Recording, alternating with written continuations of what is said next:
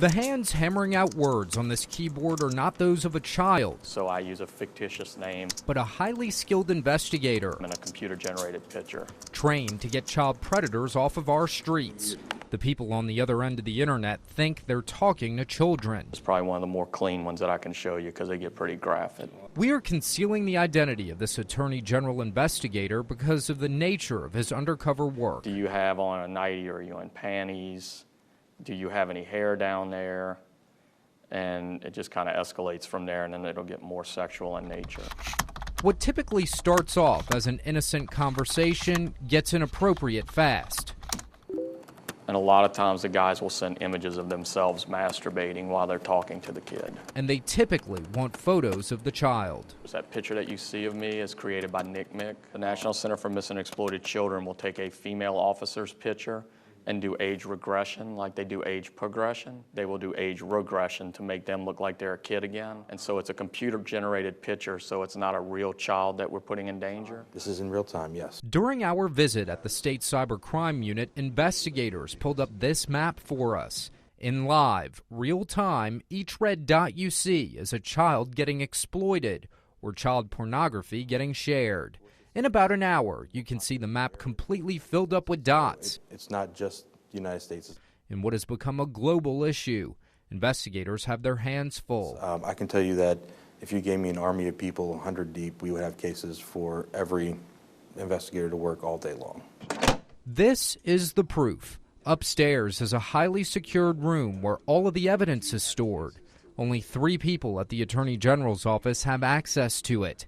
Inside, hundreds upon hundreds of computers, cell phones, iPads, and tablets, all labeled and tagged as evidence. The items in this room seized during raids where adults got caught committing crimes. All of the cases on this shelf are in various stages of prosecution. Some of the cases date back to 2002. Once a case is adjudicated, the Attorney General's office will hold on to all of this evidence for about 3 years if it's one of their cases to allow the appeals process to go through. A lot of it is waiting. This is all digital evidence, plus a little bit more. We have some clothing and other items in here that the Cybercrime Unit at the Attorney General's office processes in the digital lab. And so this is just taken. Every digital item seized is then taken apart by a team of computer whizzes. They examine hard drives to make sure the pictures or child solicitation occurred on these devices. And we have 9 full-time digital analysts that go through all of this evidence that you see in this room.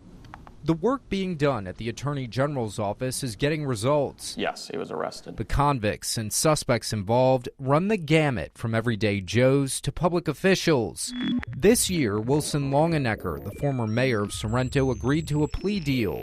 And just last week, the district fire chief of the Gonzales Fire Department, Chris Johnson, was arrested.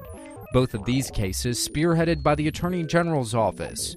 Newly elected AG Jeff Landry promises to dedicate all means necessary to those who target our kids. We are going to aggressively pursue and investigate people who prey on children and bring them to justice. As these red dots highlight an alarming problem in our society, the hands on this keyboard will continue scouring the dark corners of the web, looking for child predators as they focus on new challenges.